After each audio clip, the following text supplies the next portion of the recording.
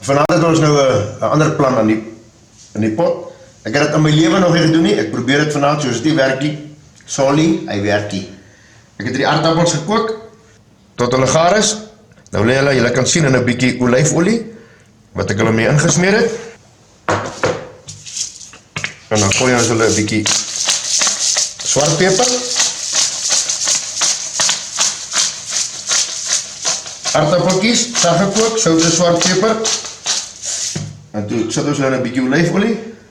Laat hulle 'n bietjie so in die olyfolie lê. Hulle is nog lekker warm, hulle het nou uit die pot uitgekom. Ek het hulle nie afgeskil nie, ek het hulle net afgespoel. En dan gaan ons nou vanaand hierdie aardappeltjies wat nou in die olyfolie lê, gaan ons nou saam met daai vet beesrib op die kolle gooi. En dan braai ons nou hierdie halfgaar gekookte aardappels op die rooster saam met die vet beesrib en dan kyk ons of ons vanaand lekker gebakte of gebraaide crispy aardappels kan kry. Die smaak is vir my amper daar. Hulle het ook net die sout en die peper wat smaak het so ver. Dan gooi ons hom net 'n bietjie sout. En dan gooi ons hom swart peper. Soos ek sê, as dit flop, is dit 'n flop. As dit nie 'n flop is dit nie 'n floppie. Want julle kom met julle. Maar dis hoe dit vanaand hier by die Blouwe se huis gaan lyk. Vet beesrib. En dan saggekookte aardappels wat ons met olyfolie in olyfolie doop of dompel of smeer met sout en peper. Nou vat ons vir vanaand net so oor die wis en die onwis, vat ons 'n suurlemoentjie en dan gaan ons nou vanaand hierdie aardappels met suurlemoensap gooi om te kyk of dit nie dalk 'n verskil in die smaak kan maak en vir ons ou aardappeltjies lekker smaak gaan gee terwyl hulle saam met die beesrib op die kolle braai nie. Nou hier by die boere, hier braai ons met 'n soort hout wat min mense gewoond is aan. Hierdie hout is nie elke man se maat nie. Hierdie hout is persopies hout. Nou, ek sê weer, elke ou soen sy vrou op sy eie manier. Daar lê sakke kameeldoringhout hier onder die braai. Daar lê hulle. Maar as ek wil lekker vleis braai en lekker om die vuur sit, by 'n hout wat vlamme gee en kole, dan braai ons op persopies hout hier in Nambapoe. Sekelbos, kameeldoring, mopani, almal is goeie braaihout. Maar persopies is die baas van al die houte.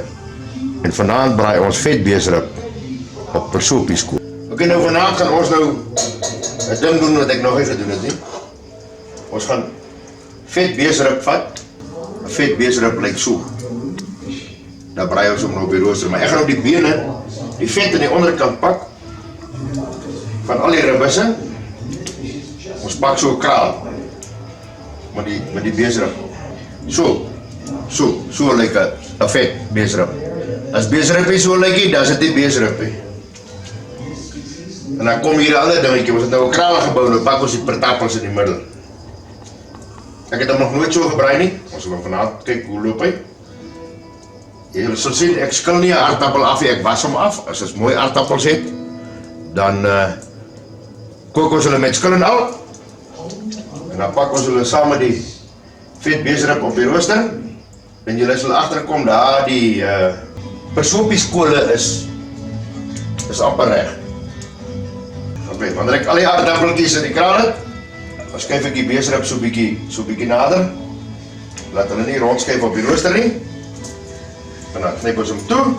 En dan vat ons hierdie beesrib met die aardappels. Kyk hoe lekker lyk hy rooster nou. En dan probeer ons vanaand iets wat ons nog nooit probeer het nie. En dan sit ons eers die vetkant van die rib aan die onderkant, dat hy so bietjie braai op die persopies kole.